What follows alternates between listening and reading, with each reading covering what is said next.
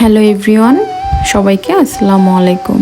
আশা করছি যে যেখানে আছেন ভালো আছেন, নিরাপদে আছেন। আজকে আপনাদের সাথে একটা কেক টিউটোরিয়াল শেয়ার করব, আশা করি আপনাদের ভালো লাগবে। আজকে যে কেকটা ডেকোরেশন করব, কেকটা দেখতে গর্জিয়াস মনে হলেও করতে কিন্তু অনেক ইজি। আমার মতে যে কেউ কাজটা খুব ইজিলি ভাবে করতে পারবে। তো কেকটা হবে 2 পাউন্ডের মধ্যে with vanilla whip cream frosting. এখানে কেকের বেসটাকে 3টা স্লাইসে ভাগ করে নিয়েছি, আর প্রতিটা স্লাইসে পর্যাপ্ত পরিমাণে সুগার সিরাপ অ্যাড করেছি। তারপর অ্যাড করেছি ভ্যানিলা ফ্লেভারের ভ্যানিলা হুইপ ক্রিম ফ্রস্টিং। ঠিক একই প্রসেসে আমি বাকি স্লাইসগুলিও কমপ্লিট করে নিচ্ছি। কেকের বেসটা কমপ্লিট হয়ে গেলে এটাকে ক্রাম কোট করে ফ্রিজে নর্মাল চেম্বারে রেখে দিব 15 থেকে 20 মিনিটের জন্য। দেন ফ্রিজ থেকে নামিয়ে কেকটাকে কভার করে নিব।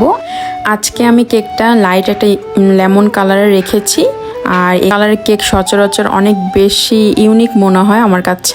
তারপর পাইপিং ব্যাগের সাহায্যে পুরো কেকটাকে কভার করে নেওয়ার পর কেক স্ক্র্যাপার আর প্যালেট নাইফের সাহায্যে কেকটাকে আমি ফিনিশিং দিয়ে নিচ্ছি।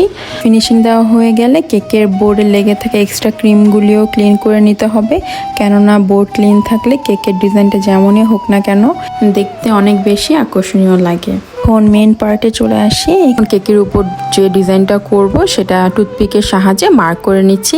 এতে করে আমার কাছে ডিজাইনটা করতে অনেক বেশি ইজিয়ার হয়ে যাবে। আপনারা দেখেই নিশ্চয়ই বুঝতে পারছেন যে আমি কাজটা কিভাবে করছি। বেসটা যেহেতু আমি লাইট লেমন কালার রেখেছিলাম, তো এখানে হোয়াইট কালার ক্রিম দিয়ে কোনো রকম নজল ছাড়াই আমি পাইপিং ব্যাগের সাহায্যে ভরাট করে নিচ্ছি। আর এটাকে আমি নুডলস ডিজাইন বলি, আর এই ডিজাইনটা করতে কিন্তু ভীষণ মজা। ঠিক একই প্রসেসে আমি বাকি বক্সগুলোকে এভাবে ভরাট করে নিচ্ছি।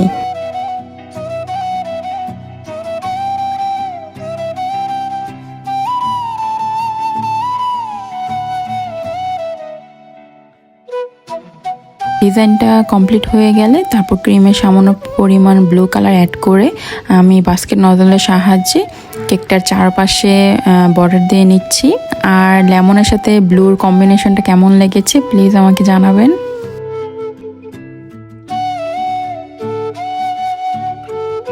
তারপর সেই একই ব্লু ক্রিম দিয়ে 2B নজলের সাহায্যে কেকের নিচে একটা বর্ডার লাইন করে দিচ্ছি, এতে করে কেকটা আরও বেশি বড় বড় লাগে।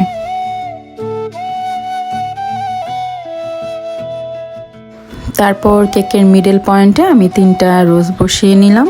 তাছাড়া কেকটাকে আরেকটু আকর্ষণীয় করার জন্য কেকের চারপাশে সিলভার কালার ফয়েল লিভ দিয়ে ডেকোরেশনটা কমপ্লিট করে নিচ্ছি। রোজের সাথে যদি লিফই দেওয়া না হয় তাহলে রোজগুলোকে কেমন জানি ইনকমপ্লিট লাগে, তাই না? রোজগুলোকে আরেকটু হাইলাইট করার জন্য ক্রিমের সামান্য পরিমাণে গ্রিন কালার অ্যাড করে লিফ নজলের সাহায্যে কয়েকটা পাতা দিয়ে নিচ্ছি। সবশেষে একটা উইশ নোট অ্যাড করে কেকের ডিজাইনটা আমি এখানেই কমপ্লিট করে নিয়েছি।